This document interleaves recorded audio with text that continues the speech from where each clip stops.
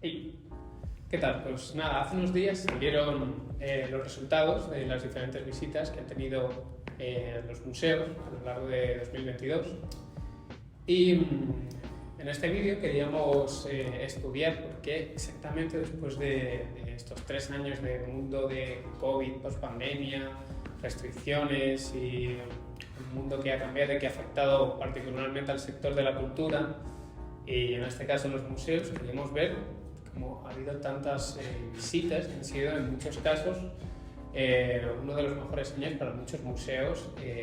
a lo largo de Europa y de Estados Unidos, ¿no? Sí, específicamente pues nos vamos a basar en el Museo Nacional Central de Reina Sofía, en el caso de Museo Español, y por parte de Reino Unido pues vamos a analizar la Tate Modern. Bueno, el Museo Nacional Central de Reina Sofía es un museo público español que fue fundado en 1992 aquí en Madrid. Y bueno, se ubica en lo que era el antiguo Hospital de San Carlos y está localizado pues la sede central en Atocha, en el Paseo del Prado, donde se encuentran otros museos como pues, el propio Museo del Prado o el Museo Thyssen-Bornemisza. Y bueno, pues es un museo que es importante saber que al ser público el 66,1% de los ingresos provienen de subvenciones, mientras que el resto pues, provienen de ingresos propios. Y yo creo que eso es importante a la hora de analizar pues, el tipo de actividades y proyectos que van a llevar a cabo, sobre todo en pandemia o ahora en el futuro del museo en cuanto al desarrollo tecnológico. También vamos a estudiar, en este caso concreto, la Tate Modern de Londres, sobre todo porque también es un centro de arte contemporáneo, o el más importante que hay a día de hoy a escala global en el mundo del arte. Y hemos elegido estos dos casos de instituciones museísticas porque en el caso de arte, en el caso del mundo español del arte, funciona mucho por el modelo quizá que tenemos heredado de Francia, y en el caso del mundo anglosajón, como sabemos, pues hay más flexibilidad en bastantes más departamentos y más presupuesto, pero también eso acarrea unas consecuencias que vamos a ver y cómo estos dos museos han afrontado el COVID, ¿no? Y qué resultados han tenido. Yo voy a hablar un poco de la situación previa del propio Museo Reina Sofía. El museo tiene 3 sedes, la principal, que es la que se encuentra en Atocha, como he comentado, y 2 sedes en el Parque del Retiro, que serían el Palacio de Cristal y el Palacio de Velázquez. El museo organiza exposiciones temporales en estas 2 sedes del parque,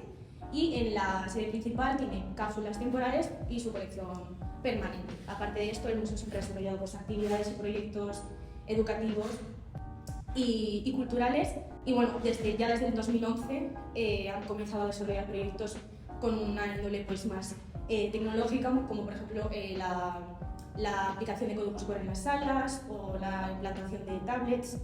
También crearon en 2013 la radio, que contaba con su propia aplicación, y luego pues, también han ido desarrollando otra serie de proyectos, como colaboraron con Google Art Project en conjunto con otros museos, y otras exposiciones donde también pues, han introducido aplicaciones para complementar la visita o una biblioteca online. Y en cuanto a los datos, pues la verdad que 2019 fue un año muy bueno para todos los museos españoles, y en el caso de Reina Sofía pues aumentaron un 10% el número de visitas previstas, llegando al 4,4 millones, lo cual creo que estos datos son interesantes a la hora de analizar tanto las cifras de 2020 como las de 2021 y 2022. Bueno, y en el caso de la Tate, también cuenta con 4 sedes de arte contemporáneo repartidas por Inglaterra, y también antes de la pandemia se consolidó como una de las instituciones ya más importantes de arte, ya no solo de arte contemporáneo, sino de arte en general, compitiendo de cara a cara con el British. Y durante esa época, que tengo el dato aquí, en el móvil, llegó a consolidarse, a superar un récord histórico en recaudación, llegando a las 113 millones de libras y superando el 70% de su recaudación. Y también pues, se consolidó como uno de los centros de arte contemporáneo más importantes del panorama, no solo en cuanto a difusión, sino también en cuanto a consolidación de obras. Y esto demuestra, jolín, que había pues, en todo el mundo muy buenos pronósticos de cómo estaba evolucionando el arte, cómo se estaba difundiendo, pero claro, vino el COVID. Y bueno, pues ahora hablando un poco sobre lo que ocurrió en la pandemia, en el caso de del Reina Sofía, estuvo aproximadamente casi 4 meses cerrado. Se cerró el 11 de marzo de 2020, la institución, y bueno, que decir que no sepamos, los números fueron bastante interesantes. Las visitas cayeron en un 71,8% y los ingresos un 82%, teniendo en cuenta que obviamente lo que he comentado, el 66,1% de los ingresos del museo provienen de subvenciones y el 33,1% de fondos propios, donde se incluyen pues, las visitas, los propios espacios alquilados dentro del museo y los servicios. Y bueno, obviamente la reducción de visitas pues, fue tanto durante el confinamiento como a posteriori, debido a las diferentes limitaciones de traslados que no permitieron que turistas visitasen España o que también visitantes de otras comunidades pudiesen venir a Madrid. Bueno, y la Tate, al igual que el Reina Sofía, también tuvo, aparte de las clausuras extremas que duraron también 4 meses, el distanciamiento social que luego se hizo y las mascarillas, la implementación de hidrogeles, también cayeron las visitas a 300.000 visitas durante el confinamiento y la pospandemia, y también su recaudación, por lo tanto, cayó a niveles bajísimos y fue necesaria también la intervención, como hemos visto a lo largo de todo el mundo, la intervención de los distintos estados para inyectar dinero y un poco reavivar un poco la financiación de los museos, pero esto también llevó a que hubiese despidos masivos, sobre todo en el personal más precario o más vulnerable, como fue en el caso de los educadores o los difusores en redes. Y bueno, esto también llevó a los museos a impulsar otros modelos, con todo este confinamiento y todo este caos que estaba habiendo, esta alarma generalizada, a hacer cosas distintas que podían hacer en Internet, que era lo único que tenían al alcance, ¿no? Lo poco que pude hacer fue actualizar mucho de los contenidos, que en el caso de la Tate ya estaban bastante bien, el formato de los vídeos que tienen en YouTube, los programas o diferentes cursos que tenían habilitados en la red que se podían hacer online, o distintas charlas. Lo que hizo sobre todo la Tate fue multiplicar todas estas cosas, pero que no dejaban de atestiguar que el museo, como tal este centro, necesita el espacio físico, porque verdaderamente no se hizo así nada que podríamos decir puramente transgresor a la hora de crear un contenido online más allá del museo físico, ¿no? Sí, bueno, en el caso de Reina Sofía, desde un primer momento ellos declararon que el museo iba a continuar abierto online, y ya el primer día casi que pues en Instagram, quiero recordar, que subieron un post donde decían que el museo se cerraba, ya estaban ofreciendo contenidos online, que en este caso, como tú bien has dicho, básicamente era difundir plataformas que ya tenían creadas en su página web, que llevan muchos años construyendo, como la propia radio, que ya comentó que se creó en 2013, el espacio Repensar Guernica, que también es una propuesta con tecnología Gigapixel que se implementó en 2017, o sea, ciertas propuestas que ya estaban creadas y lo único que hicieron fue reutilizar contenido, por decirlo de alguna manera. Sí que es verdad que más adelante, ya cuando dio un poco de tiempo a prepararse, pues sí que empezaron a desarrollar propuestas digitales donde el COVID, la pandemia, era el tema central, desde temas audiovisuales como ciclos de cine o también propuestas fotográficas. También había seminarios y conferencias donde se hablaba sobre la pandemia desde un punto de vista un poco alternativo, por ejemplo, cómo iba a afectar la pandemia a la agricultura o cuál es la situación de las trabajadoras del hogar en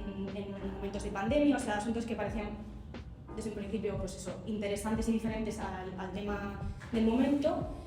Otro aspecto que me parece interesante es introducir a los propios artistas en la conversación, siendo ellos los que contasen su experiencia con la pandemia y que bueno, te hablasen como uno más, básicamente, contarte cómo vivían ellos la pandemia, cómo trabajaban y todo este tipo de cosas. Pero claro, nos interesa saber, cuando se habla de esa nueva normalidad, porque no puede haber una nueva normalidad cuando está la palabra nueva delante, qué ha ocurrido verdaderamente, y lo veremos ahora mismo, pero la TET en ese sentido pasa por los mismos puntos. Se alargaron las exposiciones en el tiempo y se retomaron cuando se pudo abrir, se aumentaron también la difusión por redes sociales, como ya he dicho, y poco más. Es prácticamente el mismo modelo en diferentes países. Yo creo que para ver un poco de esta nueva normalidad hace falta analizar los datos del 2022. En el caso de la Reina Sofía resulta muy interesante, puesto que ha sido el museo más visitado de toda España, con 3.063.000 visitas, y creo que un aspecto muy importante es que la sede del Palacio de Cristal ha tenido más visitas que la sede principal, lo cual pues yo lo asocio también a pues a la tendencia post-COVID de visitar espacios al aire libre o este tipo de actividades, pero me parece muy interesante porque ya se ha recuperado el 69% de los visitantes que tenía el museo, y creo que estos datos son muy significativos a la hora de analizar el futuro de la institución.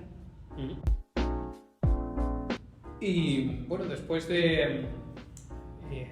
todo este maremoto que ha supuesto el COVID, ¿no? Queríamos plantear, más allá de los ejemplos que hemos planteado hoy del Reina y de la TET concretamente, pues qué ha supuesto para los museos después de las crisis, porque las crisis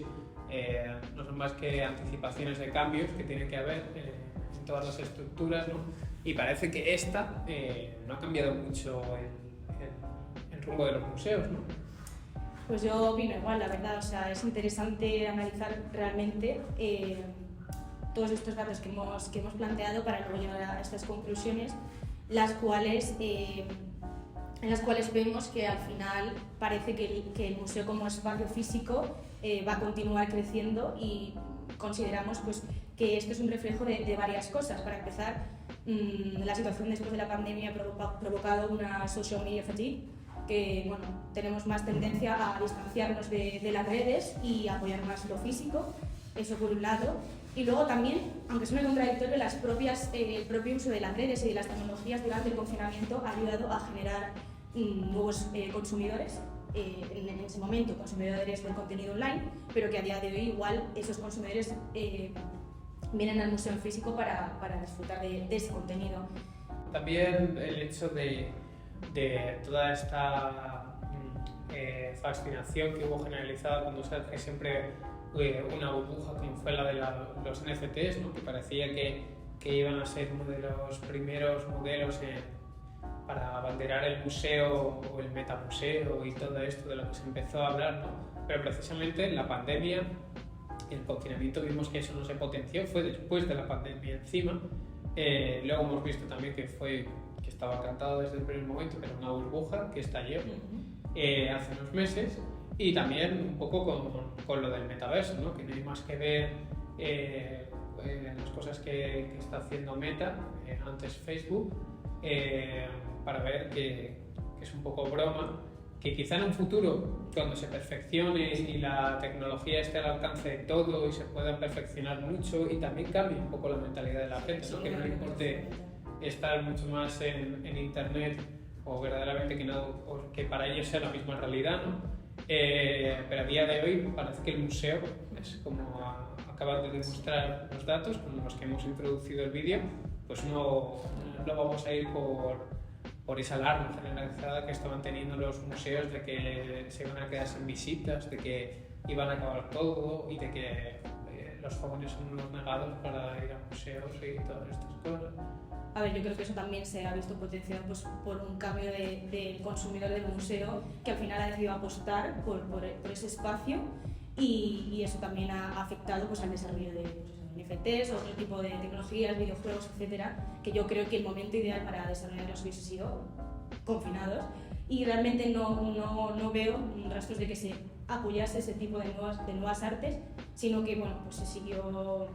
recurriendo a pues, la fotografía o las audiovisuales. Pero estoy de acuerdo con lo que dices, que al final creo que se ha quedado un poco estancado ese proyecto que tenía pues, mucho futuro, o parecía tener futuro.